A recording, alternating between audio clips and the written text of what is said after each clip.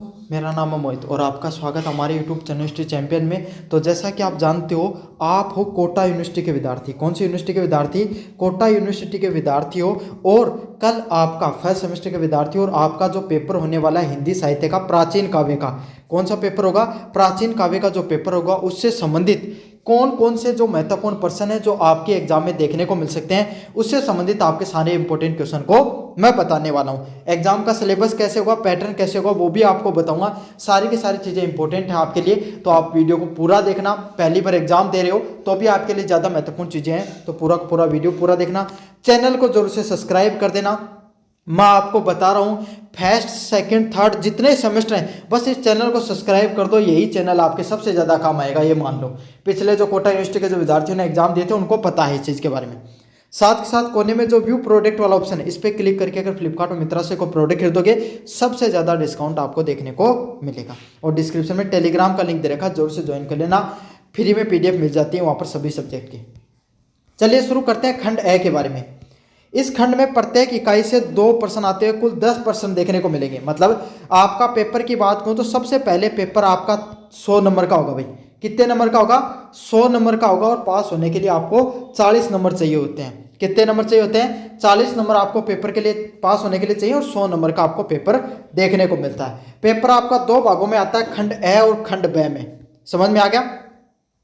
जिसमें खंड ए में आपके सामने कुल कितने प्रश्न आते हैं? प्रत्येक यूनिट से 2-2 प्रश्न, प्रत्येक यूनिट से आपके सामने दो प्रश्न आते हैं। तो इस हिसाब से 5 यूनिट से 10 प्रश्न आते हैं। समझ में आ गया? और छोटे वाले प्रश्न आते हैं, इनका सॉल्यूशन आपको 20 शब्दों का अर्थ होता है 3 से 4 लाइन में बनाना होता है। एक प्रश्न का सॉल्यूशन 3 से 4 लाइनों से ज्यादा मत बनाना आपको। समझ में आ गया? तो ज्यादा बड़ा मत बनाना। और 2 प्रश्न आपके सामने, प्रत्येक प्रश्न 10 नंबर का, प्रत्येक प्रश्न 2 नंबर का, 10 प्रश्न 20 नंबर के हो गए हैं आपके। फिर बात करें खंड ब की। जो खंड ब आता है इसमें प्रत्येक यूनिट से 2-2 प्रश्न देखने को मिलते हैं। आपकी 5 यूनिट हैं, तो unit first, second, third, fourth और फिफ्थ, उसमें प्रत्येक यूनिट से 2-2 प्रश्न देखने को मिलेगा। और कोई आपको एक पसंद करना है, जो दोनों में से कोई एक प्रश्न जो आपको पसंद आए वो वाला प्रश्न आपको करना है। और याद रखना, व्याख्याएं भी आएंगी। क्या आएंगी? व्याख्याएं भी आएंगी। और कौन से सब्जेक्ट से व्याख्याएं, यूनिट से व्याख्या आ सकती है उसके बारे में भी मैं आपको बता दूंगा, है ना। तो इस हिसाब से आपको क्या करना है, बड़े वाले प्रश्न, लॉन्ग टाइप क्वेश्चन 5 प्रश्न करने हैं। 500 शब्दों में सॉल्यूशन बनाना है। 500 शब्दों का अर्थ होता है 3 पेज भरना। 3 पेज कितने होते हैं? आगे पीछे का 1 पेज, दूसरा आगे पीछे का, तीसरा आगे पीछे का, 3 पेज अगर आप कुल भरोगे तब आपके सामने आपके 500 शब्द पूरे होंगे। कितने शब्द पूरे होंगे? 500 शब्द जब पूरे होंगे, जब आगे पीछे का 1, दूसरा आगे पीछे का, तीसरा आगे पीछे का पेज भरोगे तब कुल 500 शब्द आपके बैठेंगे। समझ में आ गया? तो इस हिसाब से आपको कुल भरने हैं। अब इंपॉर्टेंट क्वेश्चनों की बात करूं, कौन कौन से आपके सामने प्रश्न, कौन कौन सी यूनिट से आपके सामने व्याख्याएं देखने को मिल सकती हैं और कौन से प्रश्न आएंगे। पहली यूनिट है जिसमें चंद्र बरदाई, कबीरदास व मलिक मोहम्मद जैसी से संबंधित प्रश्न है।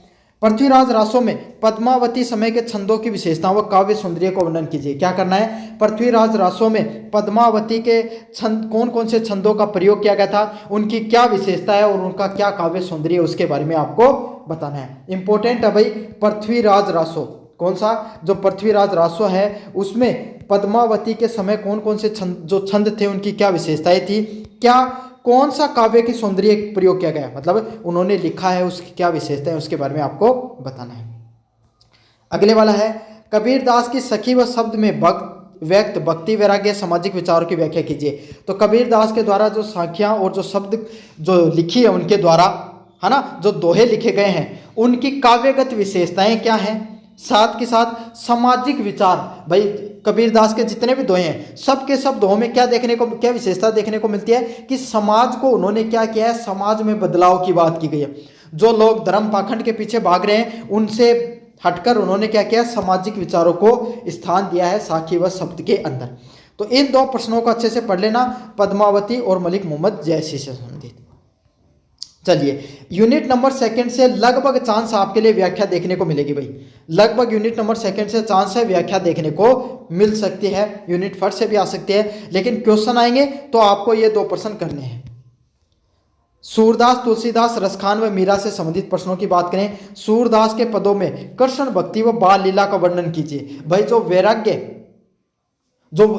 नहीं, वात्सल्य रस का जो प्रयोग किया गया है, सूरदास ने जितना भी साहित्य की रचना की उसमें भगवान श्री कृष्ण के बाल रूप, बालक, छोटा बालक होता ना, उसके जो स्वरूप है उसके बारे में उन्होंने कैसे बताया है, उसके माध्यम से उन्होंने भगवान श्री कृष्ण की भक्ति को कैसे बढ़ावा दिया है। तो भगवान श्री कृष्ण की भक्ति और बाल लीलाओं के बारे में आपको क्या करना है, वर्णन करना है। सूरदास के जो अनेकों अनेक पद हैं उनके अंदर, समझ में आ गया। जो सूरदास हैं उनके पद में भगवान श्री कृष्ण की कृष्ण भक्ति और बाल जो लीलाएं हैं उसके बारे में आपको वर्णन करना है। मोस्ट इंपोर्टेंट पर्सन है। कैसा पर्सन है? मोस्ट इंपोर्टेंट पर्सन है, एग्जाम में बार बार देखने को मिलता है। अच्छे से दिमाग लगाकर इस पर्सन को कर लेना। चलिए अगले वाले प्रश्न की बात करें, मीरा या रसखान के पदों में भक्ति भावना व कृष्ण प्रेम का वर्णन कीजिए। क्या करना है, मीरा व रसखान के द्वारा जो पद लिखे गए उसमें कैसी भक्ति दिखाई देती है आपको, क्या दिखाई देती है, कैसी भक्ति दिखाई देती है और कैसे भगवान श्री कृष्ण के प्रेम प्रति प्रेम दिखाई देता है उसके बारे में आपको बताना है। तो मीरा व सूरदास से संबंधित ये प्रश्न है। इसमें मीरा वाला प्रश्न ज्यादा इंपॉर्टेंट है। मीरा इस यूनिट से लगभग चांसेस आपके लिए व्याख्या देखने को मिले, एक प्रश्न देखने को मिले, अच्छे से कर लेना। यूनिट नंबर 33, नरोत्तम दास सुदामा चरित्र, जो नरोत्तम दास के द्वारा लिखा गया उसके बारे में अगर अपन पढ़ाऊँ मैं आपको। सुदामा चरित्र में कथा वस्तुओं विशेष प्रमुख विशेषताओं के बारे में बताइए। क्या बताना आपके सामने, कथा वस्तु, सुदामा चरित्र में कैसे कथा वस्तु है, क्या प्रमुख विशेषताएं हैं जिनके बारे में आपको क्या करना है, वर्णन करना है। चलिए सुदामा चरित्र में मित्रता व भक्ति भावना का वर्णन कीजिए। क्या करना है, कैसे जो दो दोस्तों में मित्रता देखने को मिलती है उसके बारे में, और कैसे जो भक्ति भावना देखने को मिलती है इसके बारे में आपको बताना है। ये इंपॉर्टेंट पर्सन, इनको देख लेना। यूनिट 4 से पर्सन ही आएगा, इससे आपके सामने व्याख्या नहीं देखने को मिलेगी, फिक्स एकदम। प्रश्न है, आदिकालीन हिंदी साहित्य की प्रमुख विशेषताओं की बात करिए। जो आदिकालीन हिंदी साहित्य है उसकी क्या क्या प्रमुख आपके सामने विशेषताएं हैं उसके बारे में बताना है। मोस्ट इंपोर्टेंट पर्सन है। कैसा पर्सन है, मोस्ट इंपोर्टेंट पर्सन है, एग्जाम में जरूर से देखने को मिलेगा। मैं आपको बता रहा हूं वेरी शॉर्ट टाइप क्वेश्चन में कैसे प्रश्न आएगा कि आदिकालीन जो हिंदी साहित्य है उसके अंदर आपके सामने क्या है, जो कौन कौन से प्रमुख साहित्यकार हैं उनके बारे में आपको बताना है। तो इस प्रकार का प्रश्न आपको मुख्यतः देखने को मिलता है। मोस्ट इंपोर्टेंट पर्सन है। कैसा पर्सन है, मोस्ट इंपोर्टेंट पर्सन है, एग्जाम में आता है। भक्ति काल की प्रमुख प्रवृत्तियों का वर्णन कीजिए। भक्ति काल के प्रमुख प्रवर्त कवियों और प्रमुख आपके सामने जो प्रवृत्तियां हैं उसके बारे में बताना है। मोस्ट इंपोर्टेंट पर्सन है। कैसा पर्सन है, मोस्ट इंपोर्टेंट पर्सन है। भक्ति काल में कौन कौन सी प्रमुख प्रवृत्तियां देखने को मिली, कौन कौन से प्रमुख कवियां हैं उनके बारे में आपको कुलजमा विस्तार से बताना है। Most most most important person है, अच्छे से कर लेना। चलिए काव्यांश से संबंधित पंचम इकाई से कैसे प्रश्न आएंगे, भाई ग्रामर से संबंधित प्रश्न देखने को मिलते हैं। इसमें शब्द शक्ति, अभिधा, लक्षणा व व्यंजना को उदाहरण सहित समझाइए। इस यूनिट से आपके सामने जो भी प्रश्न आएगा ग्रामर से संबंधित प्रश्न आ सकता है, व्याकरण से संबंधित, तो इस प्रश्न को अच्छे से कर लेना। अभिधा, लक्षणा और व्यंजना है जो शब्द शक्ति में, इनको अच्छे से पढ़ लेना। और अलंकार में उपमा, रूपक और उत्प्रेक्षा अलंकार को अच्छे से पढ़ लेना, उससे संबंधित प्रश्न देखने को मिलेंगे। चलिए भाई, ये थे आपके सामने जो पूरा का पूरा आपका प्राचीन साहित्य का जो पेपर होने वाला कोटा यूनिवर्सिटी के बारे में मैंने विस्तार से बता दिया। कैसा लगा वीडियो जोर से बताना, चैनल जोर से सब्सक्राइब कर देना। धन्यवाद।